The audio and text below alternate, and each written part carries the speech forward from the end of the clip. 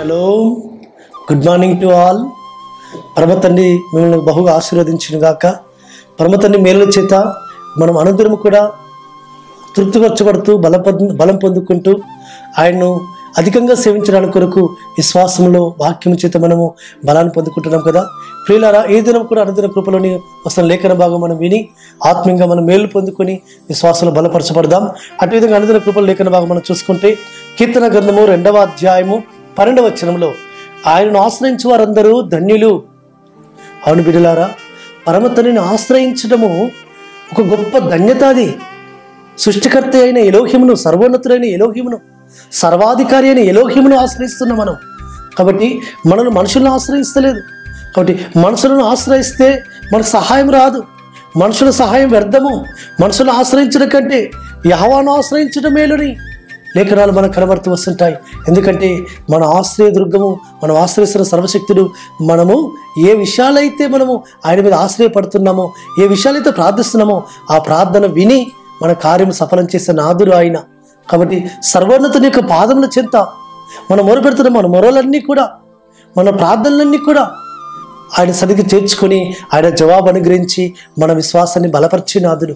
కాబట్టి ఈ లోకములో మనకు ఎవరు ఆశ్రయము, ఎవరు మనకు సహాయమని ఈ లోకంలో మనం ఎవరిని ఆశ్రయించాల్సిన అవసరం లేదు. ఈ లోకంలో కోట్లను కానీ, వ్యవస్థలను కానీ, మనుషులను కానీ ఎవరిని కూడా ఆశ్రయించకూడదు సుమా. పరమతండ్రి ఒక్కడే ఆశ్రయింపదగిన వాడు. ఆయన అంటున్నాడు, నేనేమి ఆశ్రయదుర్గము అంటున్నాడు.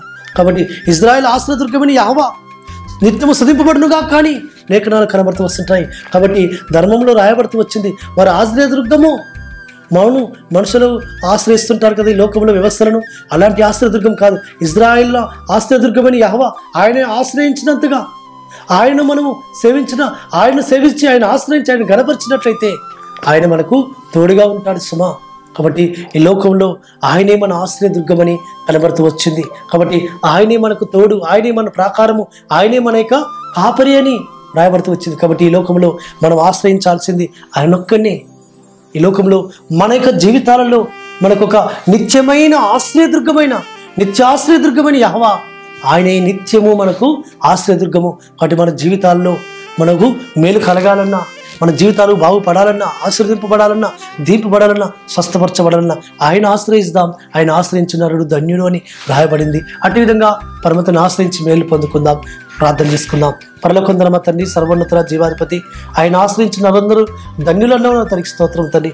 మిమ్మల్ని ఆశ్రయించి మీ చేత మీ మేలు పొందుకు సహాయం చేయమని ప్రార్థిస్తూ మారశకుడు, విమోచకుడు, నజరేయుడైన యెహోషువ మెస్సియా అతి పరిశుద్ధమైన నామమున స్తుతించి ప్రార్థించి వేడుకుంటున్నాము తండ్రి. ఆమేన్. సర్వోన్నతుడు, సర్వాధికారి, జీవాధిపతి అయిన యెహోషువ మెస్సియా కృప, కనికరము నిత్యము మనకు తోడుగా ఉండి మనల్ని బలపరిచి నడిపించును గాక. ఆమేన్.